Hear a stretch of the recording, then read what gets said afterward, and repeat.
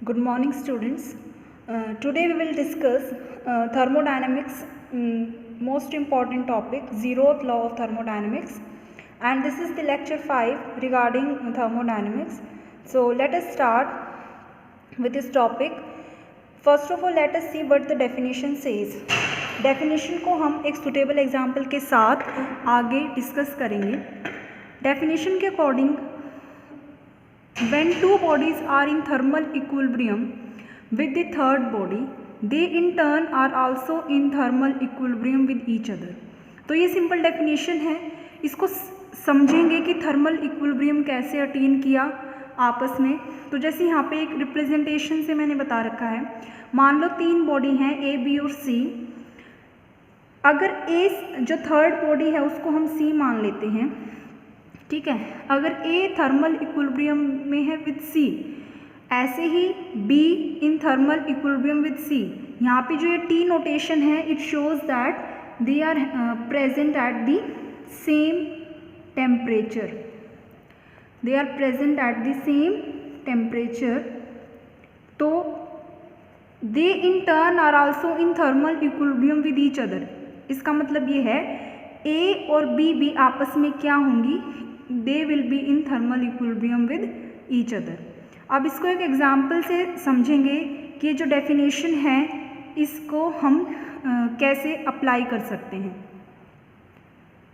मान लो यहाँ पे मैंने एग्जाम्पल के लिए तीन बीकर लिए हुए हैं और इनके अंदर कोई लिक्विड प्रेजेंट है, ठीक है. जो बॉडी सी है वो ये है, ए एंड बी ये वेसल हो गए. अब इसके अंदर मान लो जो हमारा बी है, it is present at, let us say it is present at 80 degree centigrade. मतलब जो इसके अंदर लिक्विड है उसका टेम्परेचर 80 डिग्री सेंटीग्रेड है. अब जो हमारा जो हमारी सी बॉडी है उसका टेम्परेचर है, मान लो अभी ये इक्विलिब्रियम में नहीं है, ठीक है. ये टेम्परेचर जो है ये अभी इक्विलिब्रियम कंडीशंस में नहीं है, उससे पहले हैं, ये 100 डिग्री पे है. और जो लिक्विड ए है मान लो वो हमारा है 60 डिग्री सेंटीग्रेड पे, ठीक है. अब जो डेफिनेशन कहती है वो ये कहती है कि कोई दो बॉडी अगर थर्मल इक्विलिब्रियम में है विद सी, तो वो आपस में भी क्या होंगी, they will be in thermal equilibrium with each other. मतलब थर्मल इक्विलिब्रियम का मतलब क्या होता है कि उनका जो टेम्परेचर है वो क्या मिलेगा, हमें कांस्टेंट मिलेगा, ठीक है. तो देखो अब जो ये बीकर है इसमें जो लिक्विड है 100 डिग्री, मान लो ये 100 डिग्री वाला जो लिक्विड है ये 20 डिग्री से ठंडा हो जाए. मतलब इसकी 20 डिग्री के इक्विवेलेंट जो हीट है वो ट्रांसफ़र कर दे किसमें ट्रांसफ़र हो जाए, बीकर ए में. तो अब इसका टेम्परेचर कितना हो जाएगा, 20 डिग्री कम हो जाएगा, इसका हो जाएगा 80 डिग्री, ठीक है. और जो हमारा ये वाला बीकर है इसने हीट ट्रांसफ़र की है ए को, 60 था इनिशियल, अब इसका कितना हो जाएगा 80 डिग्री. यही है. तो ए और सी ये फाइनल वाला हो गया, फाइनल और ये फाइनल. और जो इनिशियल थे वो हमारे कौन से थे, 60 डिग्री और 100 डिग्री. तो थर्मल इक्विलिब्रियम कंडीशन में क्या हुआ, ए और सी हमारे किस टेम्परेचर पे मेंटेन हो गए, 80 डिग्री पे मेंटेन हो गए वो. अब आप देखो अगर ए और सी थर्मल इक्विलिब्रियम में हैं और बी और सी भी थर्मल इक्विलिब्रियम में है, चेक करते हैं. देखो बी था 80 डिग्री, मतलब इसमें जो लिक्विड थी उसका टेम्परेचर था 80 डिग्री, तो यहाँ भी अब 80 डिग्री हो गया है. इट मीन्स बी और सी भी क्या है, आपस में थर्मल इक्विलिब्रियम में है, ठीक है. तो कंक्लूजन क्या निकला था, तो जो आपस में जो दो बॉडीज़ हैं ए और बी वो भी क्या होंगी, आपस में थर्मल इक्विलिब्रियम में होंगी. तो वो भी यहाँ पे शो हो रहा है, ये भी 80 डिग्री पे मेंटेन हो गई थी और ये तो था ही 80 डिग्री पे. तो ये एक सिंपल रिप्रेजेंटेशन थी इस डेफिनेशन को समझाने के लिए. इसके अलावा हम एक और एग्जाम्पल देख सकते हैं.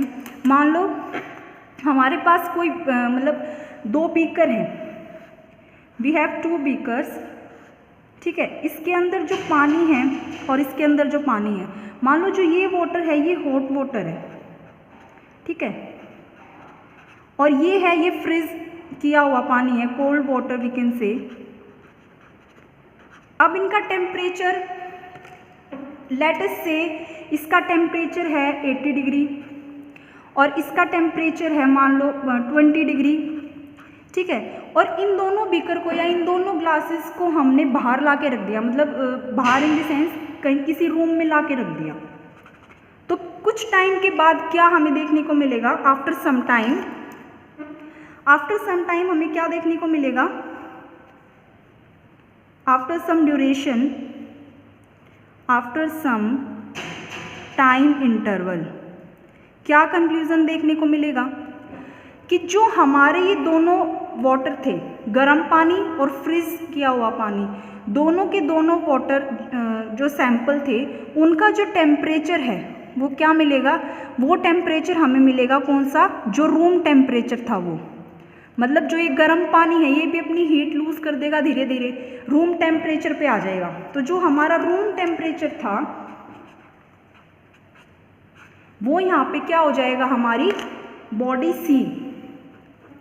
बॉडी सी के रिस्पेक्ट में आफ्टर सम टाइम इंटरवल दोनों के दोनों जो वाटर सैंपल थे उसके थर्मल इक्विलिब्रियम में हो जाएंगे। मतलब जो गर्म पानी है वो भी इतना ठंडा हो जाएगा कि वो रूम टेम्परेचर पे अपने आप को मेंटेन कर लेगा, और ऐसे ही जो फ्रिज से निकाला हुआ पानी था वो भी उसका जो टेम्परेचर है वो भी इंक्रीज हो जाएगा, इतना ठंडा रहेगा नहीं 20 डिग्री, तो वो भी हमारा रूम टेम्परेचर पे आके रुकेगा।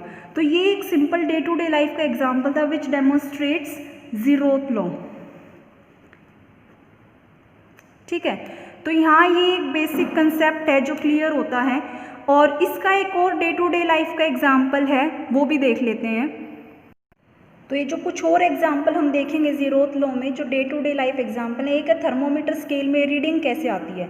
जो बॉडी टेम्परेचर है उसको मतलब उसको मेज़र करने के लिए हम थर्मोमीटर यूज़ करते हैं। तो जो उसके अंदर मर्करी लेवल होता है, जैसे जैसे बॉडी टेम्परेचर भाई ज़्यादा है तो मर्करी लेवल वहाँ पे राइज होगा, और उस हाइट से हमें पता चलेगा कि टेम्परेचर चेंज क्या हुआ है बॉडी के अंदर, और ये हमें प्रेजेंट बॉडी टेम्परेचर शो करेगा कि भाई अब बॉडी टेम्परेचर कितना है। तो जो increase in the mercury level है इट शोज बॉडी टेम्परेचर या it shows the temperature change.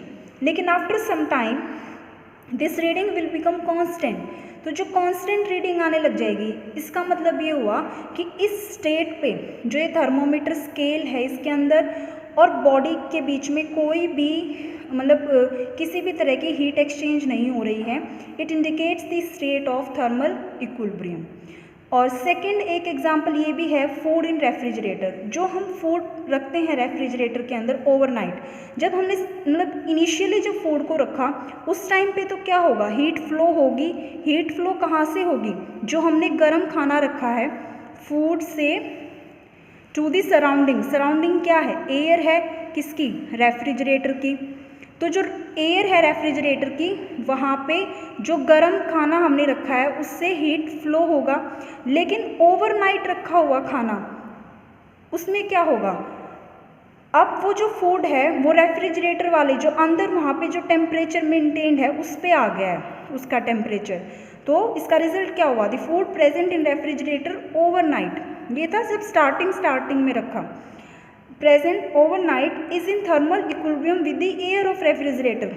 अब उसके अंदर कोई भी हीट फ्लो नहीं है, no heat flow with the air of refrigerator. ठीक है, तो ये जो सिंपल एग्जाम्पल हैं थर्मोमीटर रीडिंग में जो रीडिंग आती है वो फूड इन रेफ्रिजरेटर, ये सब एग्जाम्पल हैं, they indicate zeroth law of thermodynamics. उनकी एप्लीकेशन ही है एक तरीके की। तो अगर आपको इस टॉपिक से रिलेटेड कहीं पे डाउट है then you can ask in the comment section. Okay students, here we have completed this topic, so thank you and have a nice day.